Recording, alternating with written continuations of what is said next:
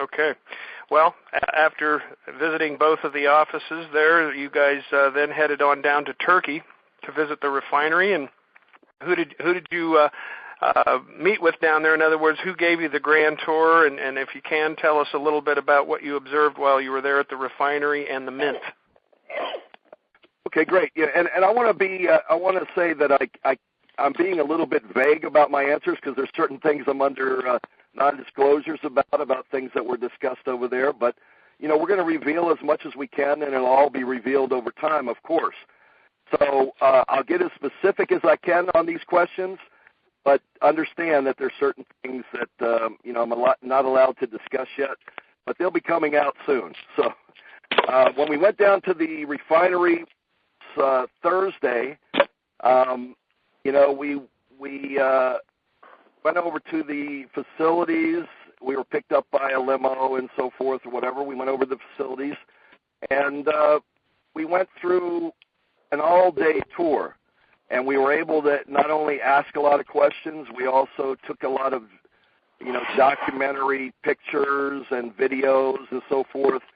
And, everybody was very forthcoming. They didn't really hide anything from us. And again, in fact, we got to see and hear some things that we're not at liberty to talk about yet. But in any case, everything about the facilities, again, I'm not a refinery expert or a gold mining expert and that type of thing. But if there was any hoax there, it's more elaborate to create the hoax than it is the reality. Okay. Yeah, that's for sure. So that's really a key. And, they had their scientists and engineers there. They showed us all the processes. They showed us everything basically that we asked to see. And, all the documentation, all the certification, all the facilities, all of the equipment. And again, even some things that are still proprietary.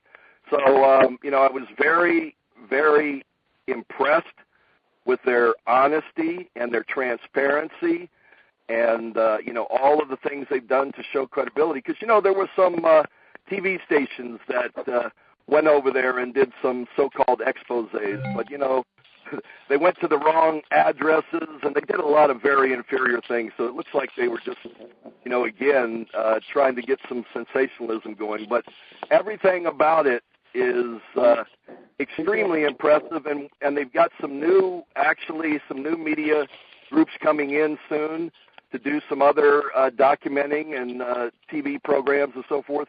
And when those come out, it's going to be nothing but excited explosion for us because there's nothing that they're going to find there that's not impressive about what we've got to offer.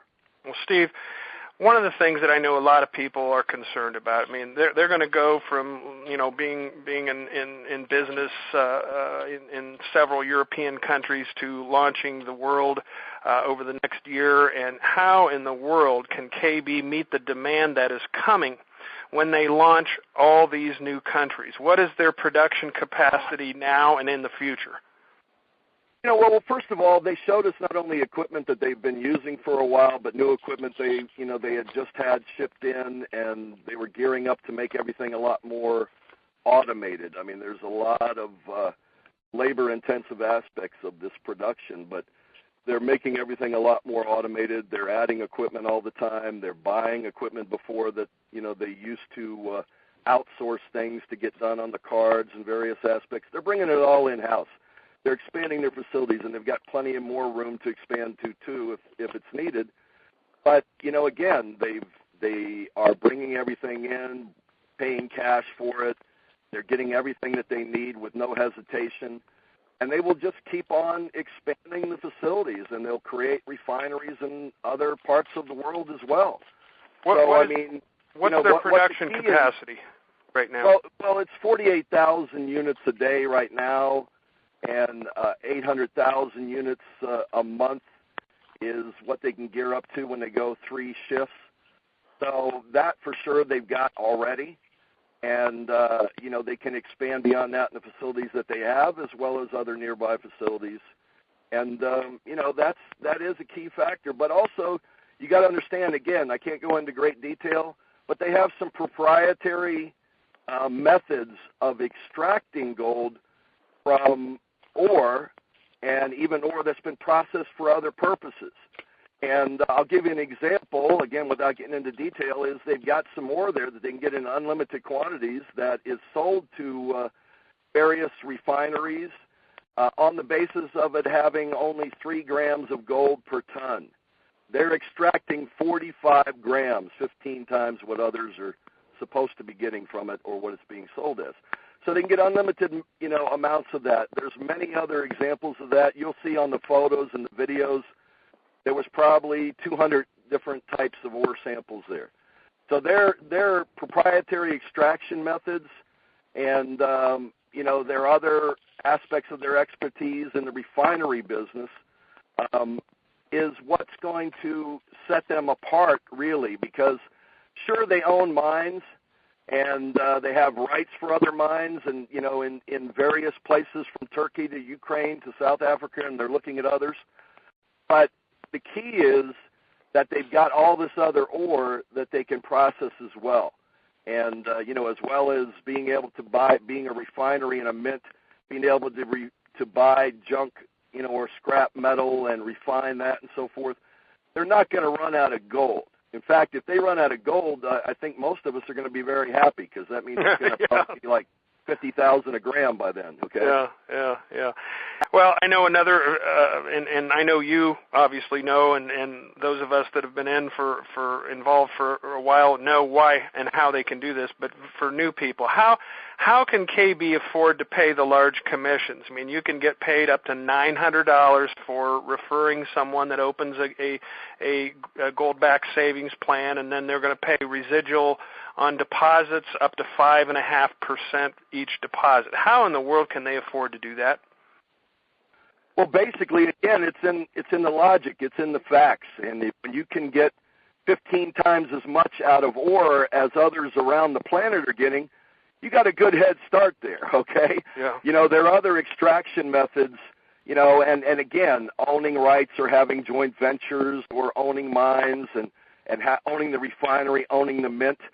They've got all of the resources right up to the distribution model handled. So those percentages that normally go out to other entities are being. Hello? Yeah, we're still there. I think somebody hit a button somewhere, but that's the tactical advantage that we spoke about when we were discussing the features in the history, growth, and development. They have a true tactical advantage on all their competitors out there. So that is very comforting to know. Is there anything? I spent a lot of time. Excuse me, but I spent a lot of time, questioning Mike Cochin on this. And, of course, Harold was there and others were there as well that are already receiving, large paychecks. And I said that, it sounded almost too good to believe. I said, I understand to a certain extent how you're able to get those margins. And I just want to know that that you have planned for being able to pay all of the different types of pools and everything that you have allotted here, that you've run the dummy commission runs, that you've done the payouts, for the last, 18 months or so. So I'm fairly confident, but I want to know from, you, Mike, why you're paying out such a large percentage of your potential profits and, how you feel that you can continue to do that. And again, it was answered by Mike, but it was also answered by all the other factors. It's the margins are there because they carry it from, the sand all the way up to the cellar, Right. That's the key. They've got all those aspects in there, and they've been paying. They have never missed a paycheck, and they have never missed a gold delivery. And that was my bottom line, too, because when I got to the refinery, I was planning on insisting on going to the mine and going to the vault and so forth. And I didn't have to after that because I could see it doesn't matter whether we own the mines or not. They have the capacity regardless because of their other capabilities. And, and that really obviously is a key. And, the other reason is, there are other producers out there of the 1 gram, and I don't think anybody's doing the 0.5 gram yet, but even if they do, because of all of our other aspects, we've got more margins. And we're still selling the 1 gram Kinnabar unit at, what is the market price, basically. We're lower than some, a little bit higher than others. But for the most part, we are selling at the same rate others are of the exact same type of product. The Kinnabar, 1 grams, half grams, quarter grams, 5 gram, 2.5 grams, so forth. But because we've got all these other aspects in there, we can afford to pay out the referral commissions. Because all of these refineries and mints are paying referral commissions. We're just a lot more visionary and a lot less greedy. Yeah, well put. Well, next question has to do with the audits. Who audits our gold and storage, and how do we know it's safe? Well, again, here's the factor. Again, like I said before, I was going to visit the vaults, but I saw enough documentation and verification in other means. And, come on, let's think sensible about this. These guys have been out there for 17 years as a financial services company. They've been doing this for 1.5 to 2 years. If there was anything that was,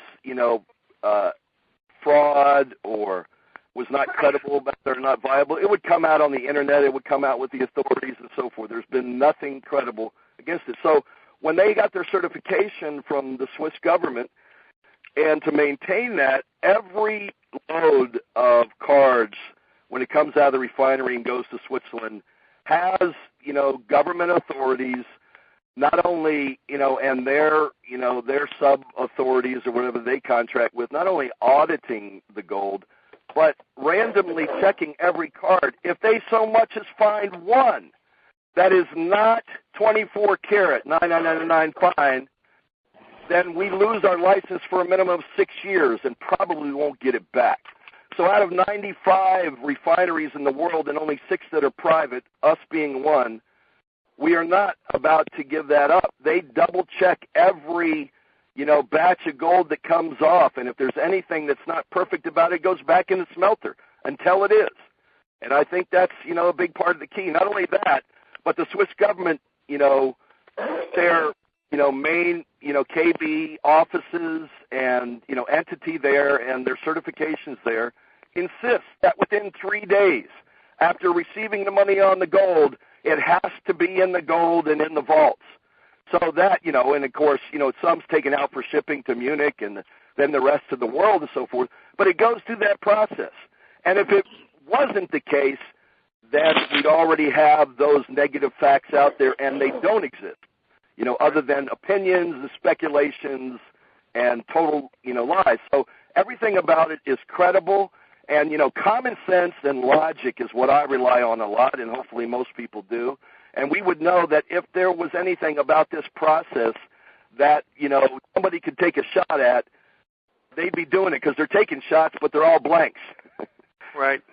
Well, that you answered my next question, which was the accountability of gold purity, and that is so huge, and that their process is so